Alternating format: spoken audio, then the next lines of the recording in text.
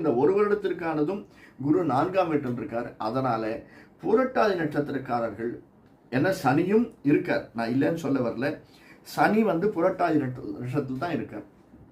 So முட்டுக்கட்டை கொஞ்சம் அதிகமாக தான் இருக்கும் புரட்டாதி நட்சத்திரக்காரர்களுக்கு. எதை எடுத்தாலும் ஏன்னா நமக்கு ஏதோ லைட்டு தெரிகிற மாதிரி இருக்கும், டக்குன்னு அந்த காரியம் சாதித்து கொள்ளக்கூடியதாக இருக்கும். ஆனாலும் அந்த காரியம் நடக்குமானா நடக்கும். ஏன்னா சனி ஸ்திரராசி தன்னுடைய சொந்த வீட்டில் உட்கார்ந்துருக்கார்.